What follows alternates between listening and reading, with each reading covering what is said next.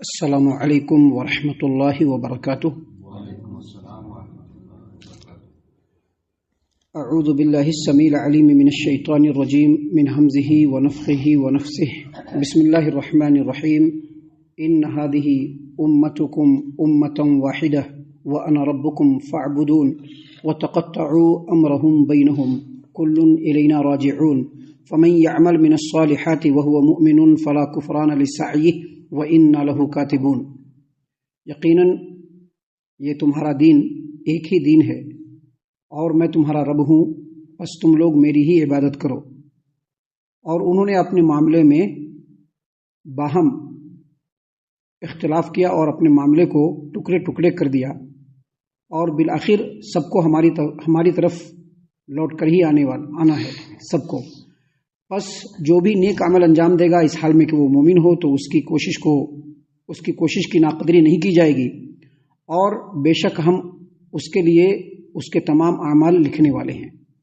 محترم سامعین اکرام، سورۃ الانبیاء سورہ نمبر 21 اور اسی سورت سے آیت نمبر 92، 93، 94، یہ تین آیات آپ کے سامنے تلاوت کی گئی بفضل اللہ، بعون اللہ، بتوفیق اللہ۔ تینوں آیتوں کا ترجمہ بھی آپ تمام کی خدمت میں پیش کیا گیا۔ سامعین اکرام، پہلی جو آیت کریمہ آج آپ کے سامنے تلاوت کی گئی ہے اس میں اللہ تبارک و تعالیٰ نے فرمایا ہے ان هذه امتکم امۃ واحدہ، بے شک تمہاری جو یہ امت ہے ایک ہی امت ہے۔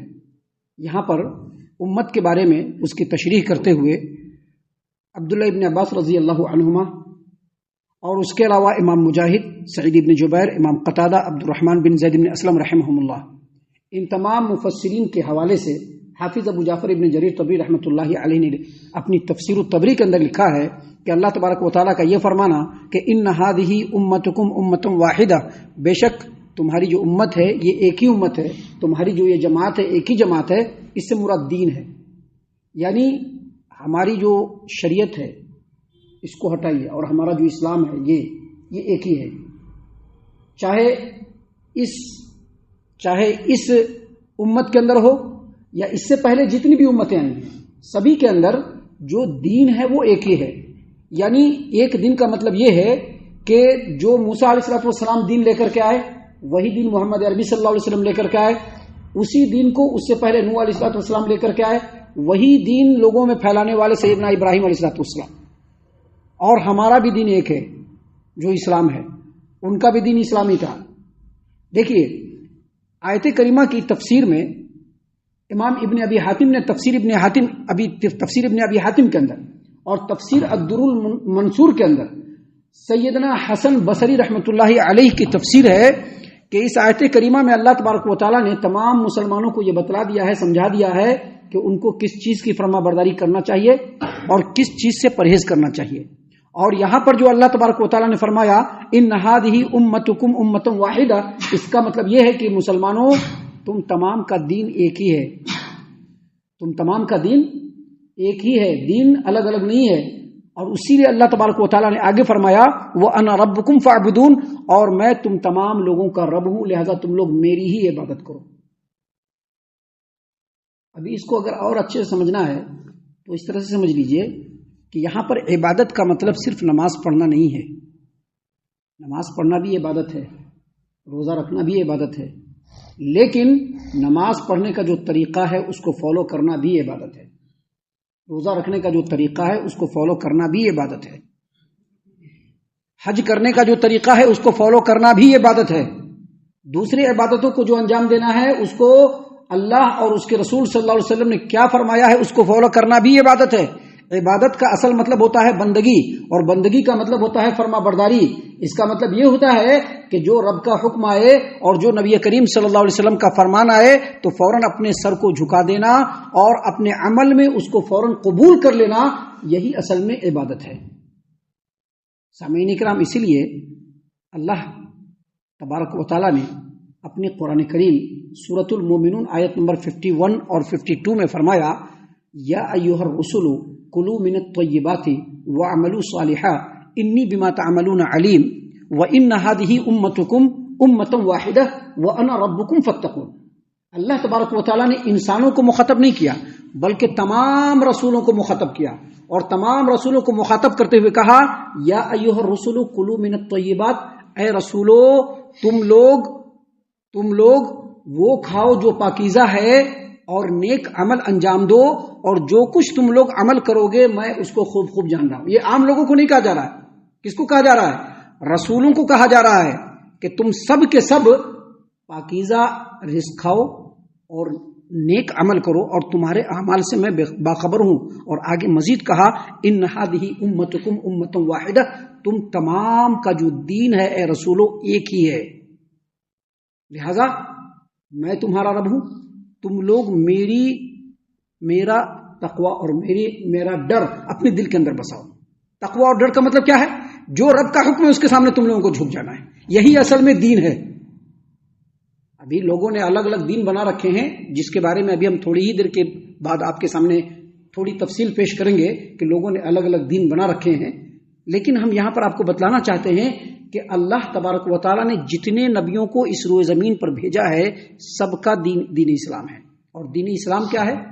اللہ تبارک و تعالیٰ کو ایک ماننا، اس کو اپنا رب ماننا، اسی کو اپنا عبادت کا حقدار سمجھنا، اسی کے سامنے اپنے سر کو جھکانا، اسی کے حکموں کے آگے اپنے گردن کو اور اپنے سر کو اور اپنے گھٹنے کو بالکل ٹیک دینا، اسی کے بتائے ہوئے طریقے کے مطابق زندگی کے تمام اعمال کو انجام دینا، اور اس بات کا یقین رکھنا کہ یہ دنیا جب ختم ہوگی تو پھر ہم کو اسی کے بارگاہ میں جانا ہے۔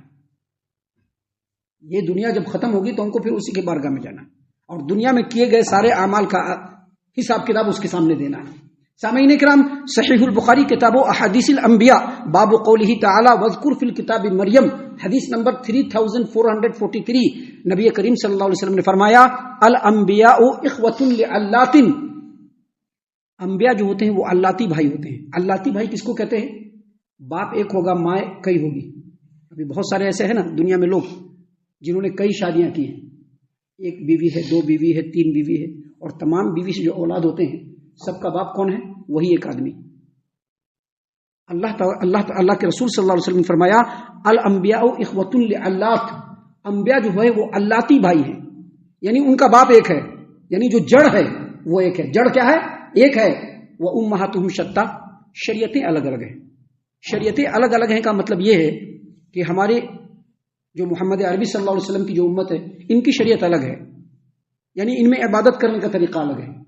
موسیٰ علیہ السلام کی جو شریعت تھی اس میں ان کی امت کے لیے عبادت کرنے کا طریقہ الگ، ابراہیم علیہ السلام کی جو امت ان کی عبادت کرنے کا طریقہ الگ، نوح علیہ السلام کی جو امت ان کی عبادت کرنے کا طریقہ الگ، اسماعیل علیہ السلام کی امت ان کی عبادت کرنے کا طریقہ الگ۔ یہ جو انبیاء کی جو الگ الگ طریقے ہیں سب کا مقصد کیا تھا؟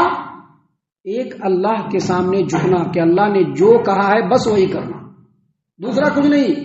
اس کا دوسرا مطلب اگر کوئی نکالنے کی کوشش کرتا ہے تو وہ سراسر لوگوں کو گمراہی میں لے جانے کے چکر میں۔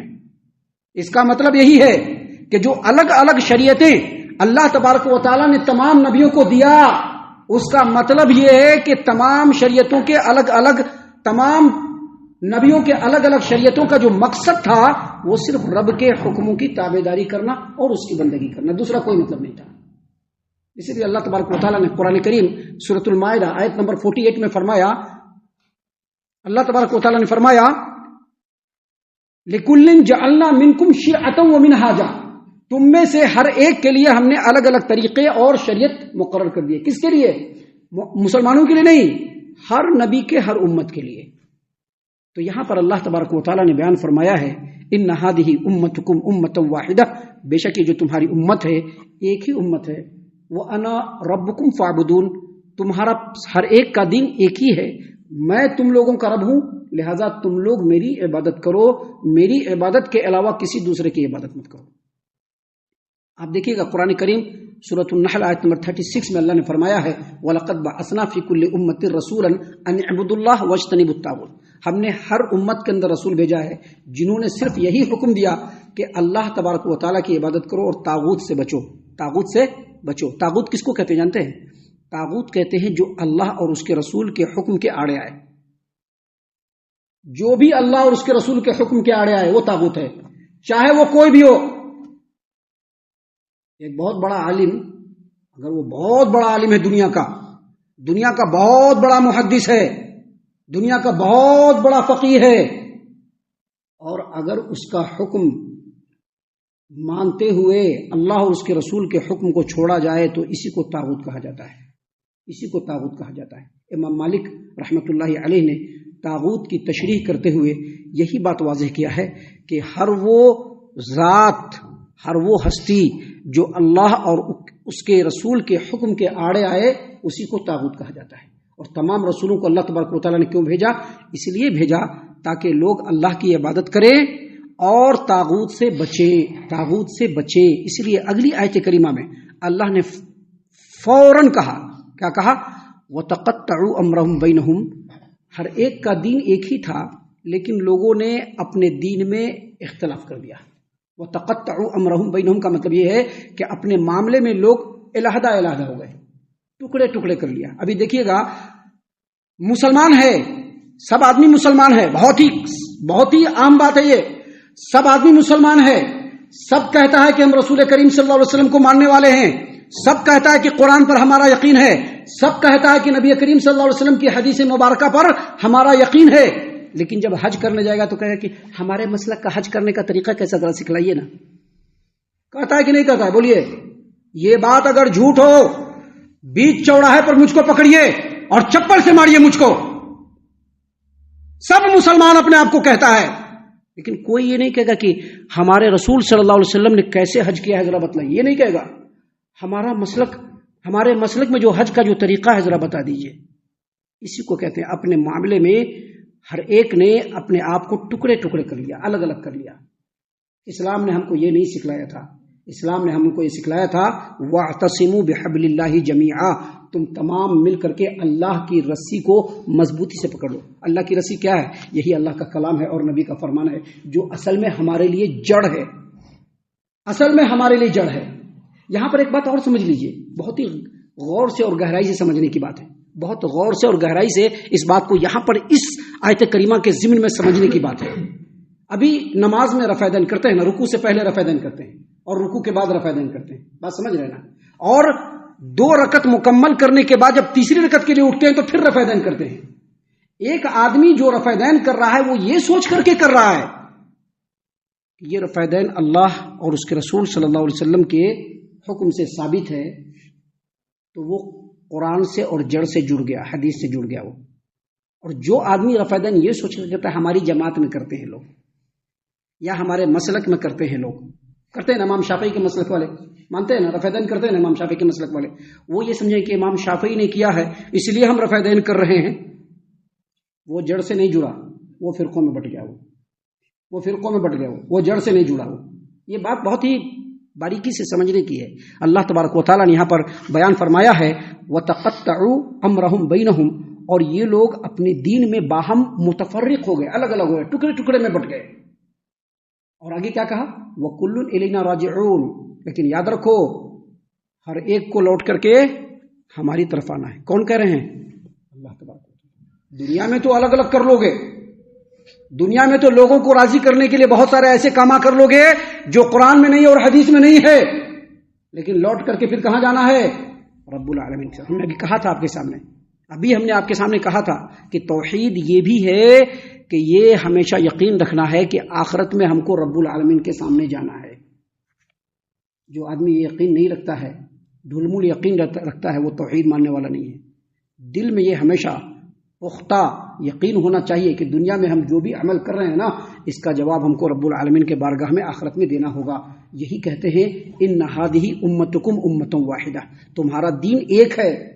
اور آگے اللہ نے ان لوگوں کی تردید کی جو دین کو ٹکڑے کر دیا. کہا اللہ نے وَتَقَطَّعُوا أَمْرَهُمْ بَيْنَهُمْ، اور یہ لوگ اپنے معاملے میں باہم متفرق ہو گئے، یعنی الگ الگ فرقوں میں بٹ گئے. اللہ نے آگے مزید فرمایا وَكُلٌّ إِلَيْنَا رَاجِعُونَ، اور ہر ایک کو ہماری طرف لوٹ کر کے آنا ہے.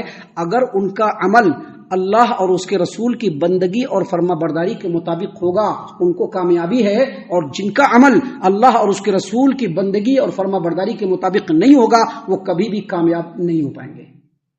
اور اسی لیے آخری میں اللہ تبارک و تعالیٰ نے فرمایا اللہ نے فرمایا فمن یعمل من الصالحات وهو مؤمن، اور جو آدمی بھی نیک عمل کرے گا اس حال میں کہ وہ ایمان والا ہو۔ ایمان والا ہو کیا مطلب؟ ہم بھی کہیں گے ایمان والا ہے، یہ بھی کہے گا ایمان والا ہے، یہ بھی کہیں گے ایمان والا ہے، وہ بھی کہیں گے ایمان والا ہے۔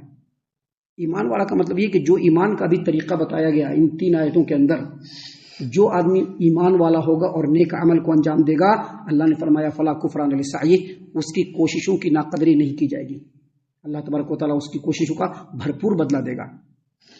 اب جو بھی عمل کر رہا ہے، ہم لوگوں کو خود ہمارا عمل یاد ہے کیا؟ ہم نے اپنی زندگی میں بہت سارے اعمال کر دیے ہیں جو ہم لوگ کو یاد ہی نہیں ہے، بھی نہیں یاد ہے، اس لیے اللہ نے آگے کہا وَإِنَّا لَهُ كَاتِبُونَ، ہم ہر ایک کو لکھ رہے ہیں، پیدائش سے لے کر کے موت تک جو بھی کام کر رہے ہو سب اللہ لکھ رہے ہیں، صرف ہمارا نہیں، دنیا میں جتنے بھی آدمی آ رہے ہیں ہر ایک کا سنگل اللہ تبارک و تعالیٰ ہر ایک کا ریکارڈ بنا رہا ہے، اور وہی ریکارڈ قیامت کے دن اس کے سامنے کر دیا جائے گا۔ اگر اچھا عمل ہوگا تو ناقدری نہیں کی جائے گی، اللہ تعالیٰ اس کا بھرپور بدلہ دے گا اور اس کے اوپر رتی برابر بھی ظلم نہیں ہوگا۔